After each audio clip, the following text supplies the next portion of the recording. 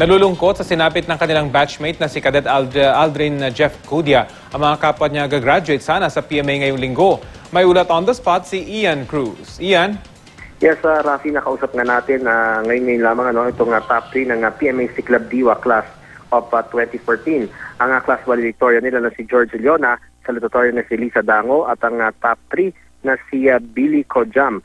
Pagtulong sa bayan pati na sa ang nais daw nilang magawa bilang susunod na leader ng AFP at ayon nga kay Leona, nalulungkot din sila sa sinapit ng mista nilang si Cadet Aldrin Jeff Cudia, pero ang paglabag daw sa honor code ay kapalit talaga ng pag-alis sa academy. Hangad daw nilang mapabuti si Cudia sa landas na tatahakin nito sa paglabas ng PMA. Nakilala rin natin, Rafi, itong si Cadet Precious Jewel Forosuelo, isa siya sa 19 na kadeting babae ng Ciclab Diwa class na magtatapos nga sa araw ng linggo. 2 taon lamang itong si Forosuelo nang mamatay sa bakbakan ng ama niyang si Claudio sa Maguindanao, kaya naman hinangad din niya na maging sundalo. Samantala, Rafi, nakausap din ng GMA News si Lynette Flores, ang PAO chief ng PMA, at sinasabi niya, dun sa mga aligasyon na sinasabing 8-1 ang naging botohan talaga ng honor committee, sinasabi niya na talagang sumunod daw sa proseso itong honor committee at 9-0 daw talaga yung naging resulta ng botohan, kaya naman administratively ay dinismiss itong si Cadet Cudia. Rafi?